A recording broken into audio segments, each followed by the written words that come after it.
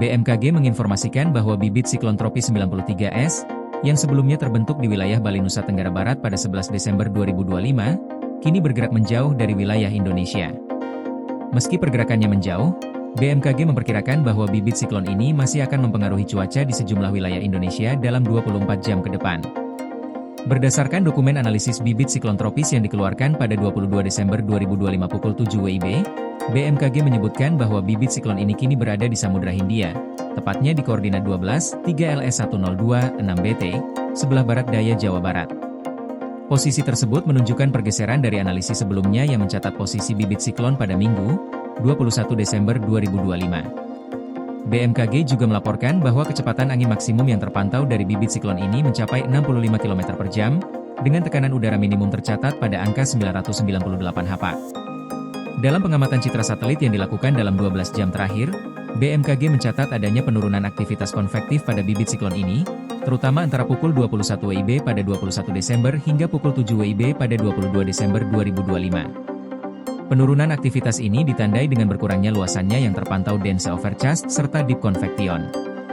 Aktivitas konvektif kini hanya terpantau di bagian barat dan timur dari pusat sirkulasi bibit siklon tersebut.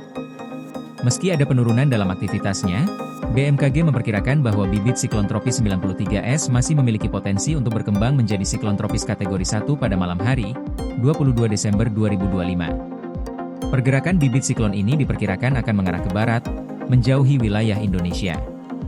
BMKG menjelaskan bahwa dalam 24 jam ke depan, bibit siklon ini akan mengalami peningkatan intensitas secara perlahan. Ini ditandai dengan munculnya area dengan gale force wind dan storm force wind di 4 kuadran, setelah sebelumnya hanya terpantau gale force wind di 2 kuadran. Diperkirakan, kecepatan angin bibit siklon ini akan meningkat menjadi 50 knot atau sekitar 92 km per jam, yang menunjukkan kemungkinan bahwa sistem ini akan berkembang menjadi siklon tropis kategori 1 pada malam hari.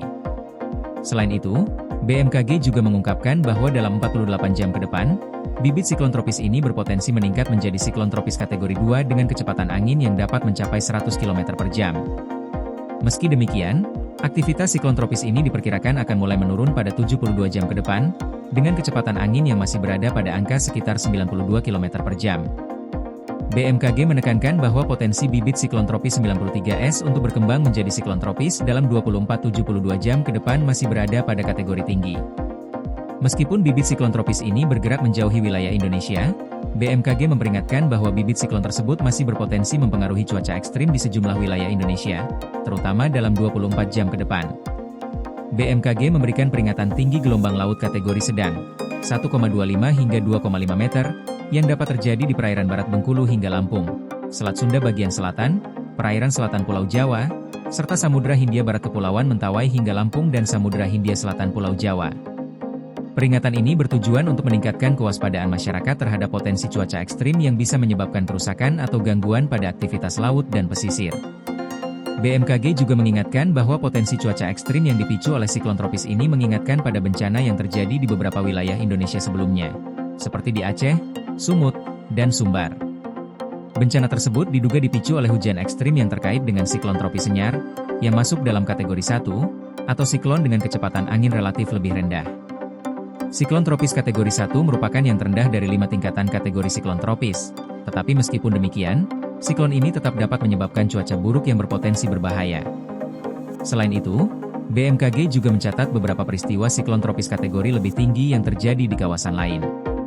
Sebagai contoh, siklon tropis kategori 5 yang pernah melanda Filipina pada September 2025, dengan kecepatan angin lebih dari 270 km per jam.